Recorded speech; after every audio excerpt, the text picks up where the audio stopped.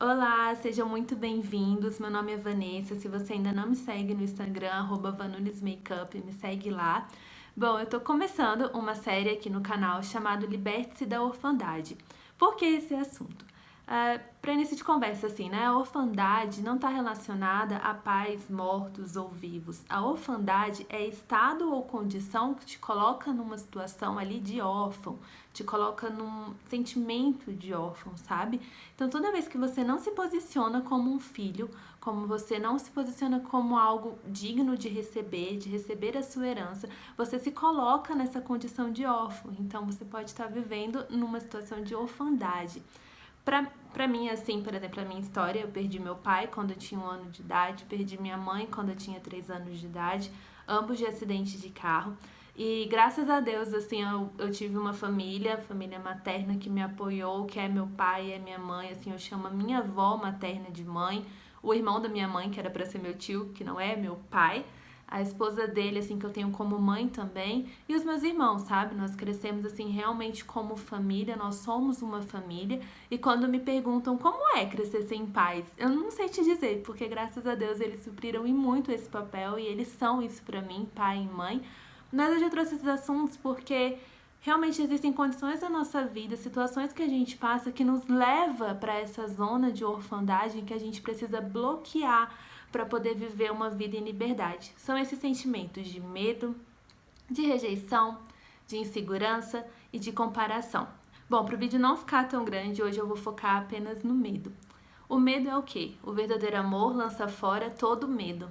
Quando você não se sente amado, quando você não se sente protegido, quando você se sente ameaçado, você está longe do amor e você está vivendo numa zona de medo. E muitas vezes são traumas da nossa infância que vão ali guiando, sabe, as nossas decisões no dia a dia quando nós somos adultos e nós nem nos tocamos disso.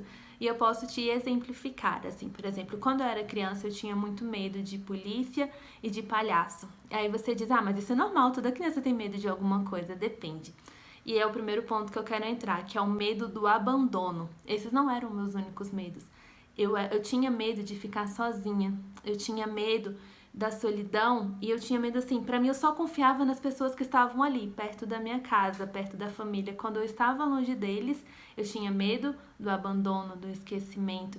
E isso guiou minha vida por vários tempos, assim, até eu entender e identificar que muitas vezes eu me colocava numa posição de inferioridade. Para quê?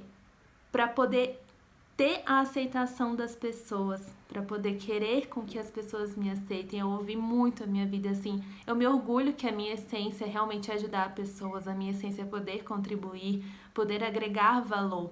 Mas tem uma linha bem tênuezinha assim com relação a isso, porque, por exemplo, eu posso agregar valor? Sim, eu posso ajudar? Sim. Mas qual a minha intenção nisso? É de realmente ajudar ou porque eu tenho medo de não ajudar e não ser aceita por aquela pessoa, sabe? Muitas vezes a gente se coloca numa situação de escravidão, se coloca numa situação de rebaixamento, de inferioridade por querer ser aceito. E isso não pode guiar a nossa vida. E antes disso, assim, eu quero te falar, sabe, pontos desde a nossa educação que são colocados ali e que nos impedem hoje de conquistar coisas maiores. Por exemplo, não coloca a mão no fogo que você vai se queimar. Você sabe o resultado. Se você colocar a mão no fogo, você vai se queimar. Então você tem medo daquilo. Mas isso é algo que nós sabemos o resultado. Mas tem coisas que nós temos medo, não nos arriscamos. Eita, tá difícil. Não nos arriscamos por um medo do fracasso, que nós somos ensinados a ter sucesso, para poder ter aprovação. Então a gente tem que tomar muito cuidado com isso, sabe? Não se coloque numa posição de inferioridade, não busque a aceitação das pessoas, sinta-se amado, se coloque nessa característica de filho mesmo. E diante desse contexto, assim, tudo que eu fui conquistando na minha vida, sabe? As coisas, eu tinha medo de perder mesmo. Então eu agia num ponto defensivo. Eu fiz um curso do Murilo Gun esses dias, se você ainda não conhece, corre fazer, porque ele é muito bom. E ele fala de uma parte do nosso cérebro que é reptiliana. Na verdade, ele fala de parte do cérebro e eu me identifiquei com a reptiliana, que é o quê? Agir como réptil. Agir como um jacaré, como uma cobra. O que é isso? Quando elas se sentem ameaçadas, elas se colocam na defensiva. Elas atacam. Então, muitas vezes na minha vida eu era nessa de... E eu, um parênteses assim, eu não falo num lugar de fala de uma pessoa, nossa, superada, conquistou tudo, transformou e não sei o que, não. Me coloco num lugar de fala de aprendizado diário. Fecha parênteses. Então, assim, nisso, por medo de perder tudo que eu já tinha conquistado, eu agia nessa defensiva, nessa forma réptil, de como um jacaré, uma cobra mesmo, se sente ameaçado, ataca. E existem várias formas de cada um agir. Eu, por exemplo, tenho um irmão que passou a mesma história que a minha, mas ele teve outras formas de reagir. O nosso cérebro tem outras formas de reagir. A minha forma é defensiva. A sua pode ser de fuga, de acontecer alguma coisa dessa, você já foge da situação. Pode ser com relação a ficar paralisado, e o próprio fato de ficar paralisado já é uma reação. Então, esses são pontos que a gente tem que analisar, que estão todos no Custo Murilo Gama, vocês procuram lá. Mas voltando, essa questão assim mesmo da defensiva era muito forte pra mim, então o que que eu fazia? Controle.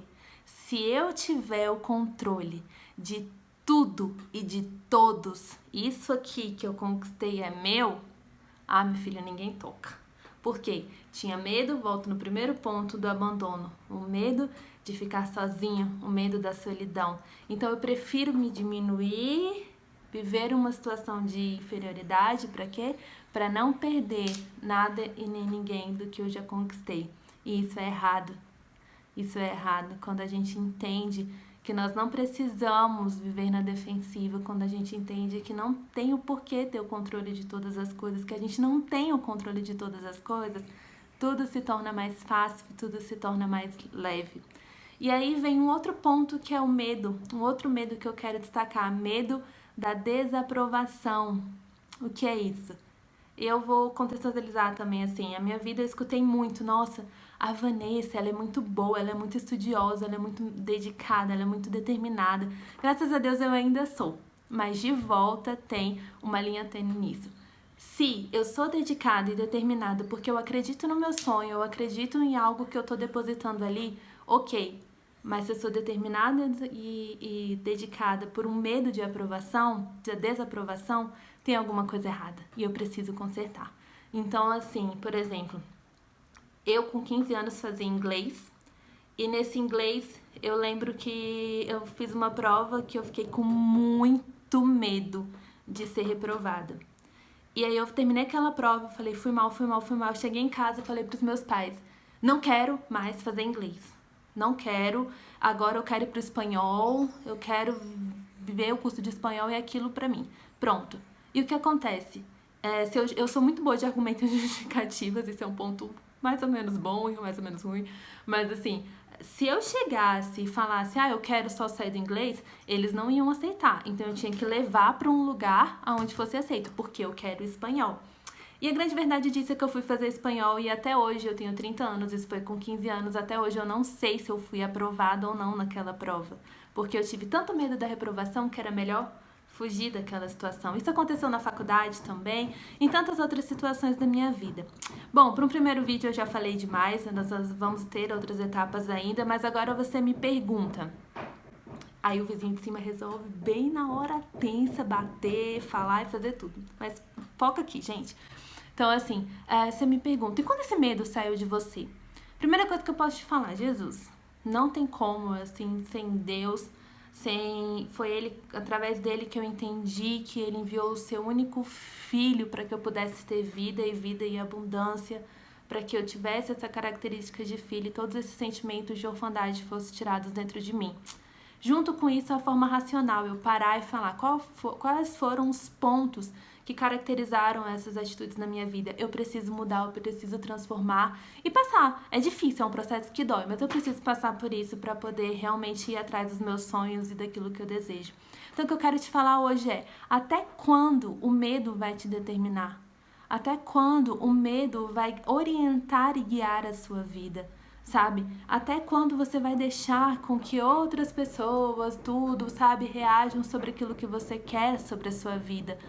Não. Tire hoje. Não rasgue os seus sonhos por um medo. Resgata, sabe, isso. Realmente se perdoe pelas vezes que você agiu de forma que não deveria, com as pessoas ou com você mesmo. Se ame, busque esse amor. Tira esse sentimento de medo de dentro de você para que você consiga ter uma liberdade de viver exatamente o que você quer. E quando o medo ele te paralisa. E quando você decidir não estar mais paralisado, sabe o que vai acontecer? As pessoas vão tentar jogar na sua cara o passado que você viveu. Mas quando você está mergulhado no amor, o barulho fora não te incomoda mais, meu bem. Então foca nesse amor e liberte-se desse medo para você viver a plenitude daquilo que você nasceu para fazer, tá bom? Te vejo no próximo vídeo, que vai ser sobre os temas aí de rejeição, insegurança e comparação.